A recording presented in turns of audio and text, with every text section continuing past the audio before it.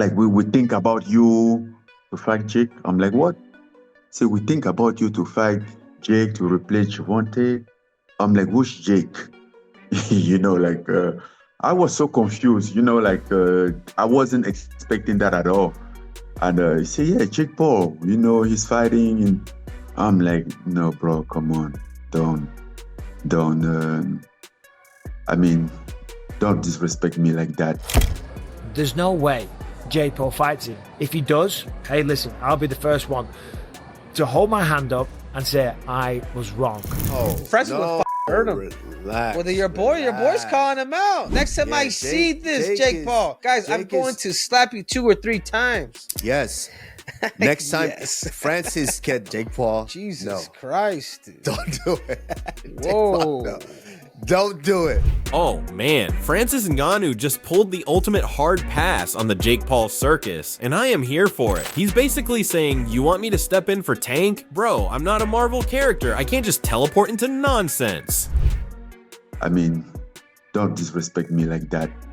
And then they even say like, they even come out after and say, and what if the number are good? He sent out some number. I'm like, it's not about the number. If it was about the number, we could have started up. I would have tell you, I'm not just interested. He make no sense for me. The dude was confused, like literally thought someone was pranking him. Who's Jake? Classic Ngannou energy, refusing to entertain clownery no matter how fat the check. And I love it because let's be real, you could offer him $100 million and he'd still be like, nah, I'm busy being terrifying elsewhere. That's the fight where Jake can best, outside of fighting for like a legitimate cruiserweight title, that's the fight where Jake can get the most street cred back, even in a loss, just for taking it. Like if he cares about actual boxing street cred, like maybe he would get a little if he rematched Tommy Fury, which is his only pro loss. I think the Ngannou fight is his Super Bowl, and I've said that from the beginning because that's a fight in which I would think almost anyone would pick against him and assume he would get hurt and knocked out. This is savage honesty in a world of fighters who say yes to anything with lights and cameras. He's flexing that ultimate combat cred, size, power, and zero patience for Netflix brawls. Honestly, Jake Paul trying to lure Ngannou is like me trying to teach a lion to do Sudoku. It's not happening, fam. Is it flattering at least that they're thinking about you and your name is floated around? We know Jake fights get a lot of viewers. It's on Netflix. It must be flattering, though, at least that they think of you for this. No, I think you're viewing it in the wrong way. I think it's disrespectful instead. What flattering? No, I yeah. What flattering? Like, come on. Maybe I'm wrong, but that's not the way that I see it. But I have no interest into that. And just when you thought Francis Ngannou was untouchable, Daniel Cormier slides in with that big brother energy, wagging a finger at Jake Paul like, kid, back up before you get turned into a pancake. I love DC's take. He's not just talking smack, he's dropping a reality check on anyone thinking Jake could stroll into a fight with Big Frank and walk out unscathed. He's laying it out plain. Size, power, and pure knockout potential. Choose your words wisely, boy. I agree that you need someone to discipline you for what you did to Mike Tyson, but stay in your lane. Hey, I know Big Frank. This is the type of stuff that pisses him off. I'm telling you, Jake Paul don't want those problems because I don't care that you're a boxer. I watched Francis put down Tyson Fury. Sure, Anthony Joshua beat him, but even if Jake got power, I don't think he got power to be dealing with Francis because all it takes is for one to land and he gonna put you out. Francis doesn't play games, and one mistake and Jake's lights are out. And I gotta say, DC's hot take on how Jake spun the Gervonta Davis mess into another headline. That's pure strategist level boxing chess. Jake's playing 4D marketing while DC is here giving us the safety briefing like, stay in your lane, kid, unless you want your career stats to become a horror story. I'm over here nodding, laughing, and thinking, man, if Jake actually fights Francis on short notice, this isn't just a fight, it's a cinematic disaster waiting to happen. And I kinda want popcorn for it. You play stupid games, you get stupid prizes. Stupid prize will be fighting Francis Ngannou. I don't care what money Jake Paul would make. He should not be fighting Francis Ngannou. Francis will put him out. Hey, Big Frank don't know how to play games. Big Frank don't know how to pull his punches. Big Frank gonna put you down, man. Stay away from Francis Ngannou. Then just when you thought that cinematic disaster narrative was peaking, here comes Chael Sonnen, diving in like he's the detective in a boxing whodunit. Sonnen's tearing through the makes no sense argument like a chainsaw through butter. He's breaking down why Francis saying no isn't disrespect, it's just him being a grown-up in a circus. Chael's basically schooling us all. It's not about ranking, glory, or even Netflix clout, it's about sense, strategy, and dollars in the boardroom, not clicks on your phone. So just in, that was Ryan's voice that you heard. TMZ right now has released a statement from Francis, and he says, that would make absolutely no sense for me. All right, I've gone my separate ways from Francis, right? I really have. I can't make any money with Francis. It's a very unique and small crowd that knows who Francis is or is interested in Francis. And he's savage with the receipts, pointing out that Tyson Fury and Anthony Joshua were in the same what even is this matchup club, yet the checks cleared, the lights shined, and the world tuned in. I'm over here nodding like, exactly, Chael, you can't clown a guy for saying no when the numbers don't justify the nonsense. The way he teases Francis too, like, did I roast you or did you roast me first? Man, that's pure commentary gold, and I'm loving every second of it. And I try to level with him without hurting his feelings. I say, Francis, you did not make $10 million. Yes, I did, Chael. Yes, I did. I made $10 million to fight Tyson Fury. Francis, you did not. You did not make $5 million when you signed with the PFL. Yes, I did, Chael. I got a signing bonus. I got $5 million. Francis, you did not make $12 million when you fought Anthony Joshua. Yes, I did, Chael. I made $12 million. No, Francis, you were given that money.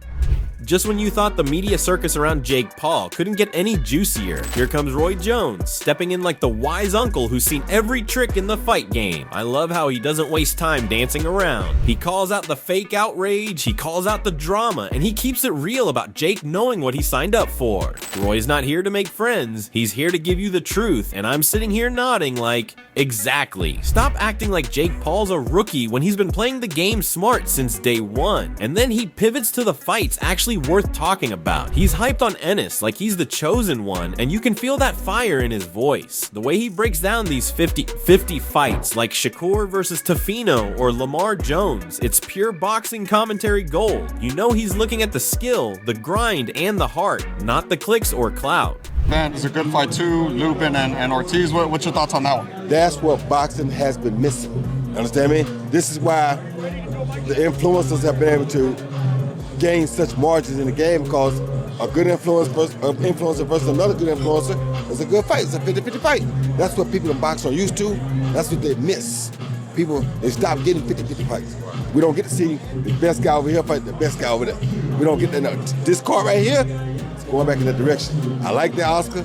Congratulations on that, and keep up the good work. But here's the kicker. I can't stop laughing at how Roy just straight up humbles the whole narrative. He's like, don't sleep on Boots. He's the truth. And I'm sitting here picturing Jake Paul checking his phone like, wait, who's Boots? This isn't YouTube boxing. This is old school respect, old school skill, old school truths being dropped while everyone else is busy chasing drama. And the way Roy weaves in history, Floyd, Manny, Canelo, it's like he's reminding us all, boxing isn't about who yells the loudest on Twitter. It's about respect, preparation, and knowing your place in the food chain. I'm telling you, if you're not watching these 50-50 fights and these real analysts break it down, you're missing the game entirely. Roy Jones just handed us the blueprint and a reality check all in one, and man, I'm here for every savage word.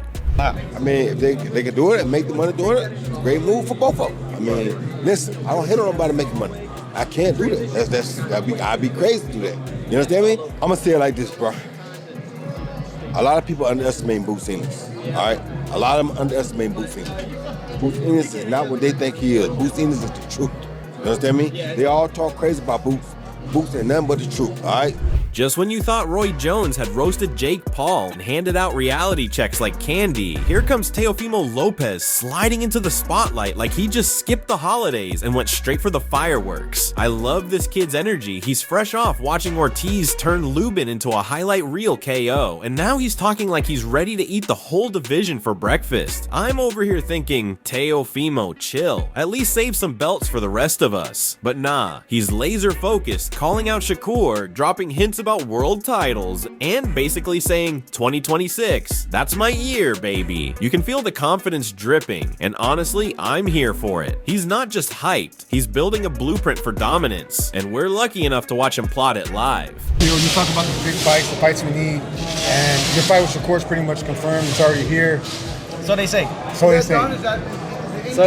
So they speak on. And I think just wait a couple weeks from now or less. You know, I know I just got a big gift of 2026 waiting for me, and I'm excited for it.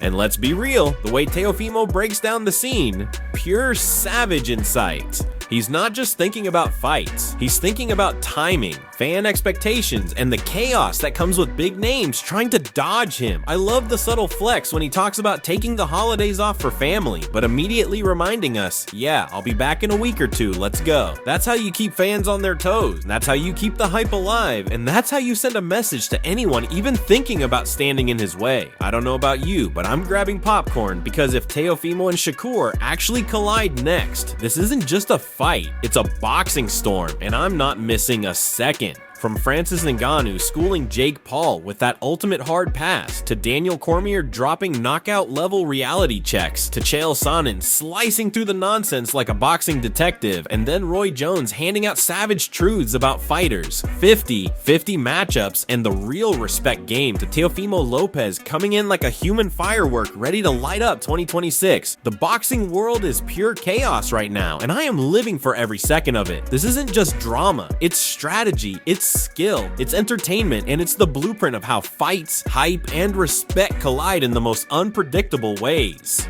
I feel like this fight is getting underlooked, just maybe it's not official yet, but Shakur versus Teofimo is like a really good fight, I feel like, against two young guys in their prime. Just stylistically, what does it play out like in the ring, do you think? Another 50-50 fight? A fight that either fighter could win? Depends on who's on the A game that night. Now I want to hear from you. Who's getting slept on right now? Is Jake Paul finally facing reality, or does Teofimo have the next big blueprint for domination? Drop your hot takes in the comments. Let's debate, argue, and roast each other, but keep it clean. We're here for the boxing, not the beef. Yo, don't forget to like, share, and subscribe to Boxing Headquarters, your front row seat to every savage, bold, and unpredictable moment in the fight game. See you in the next one.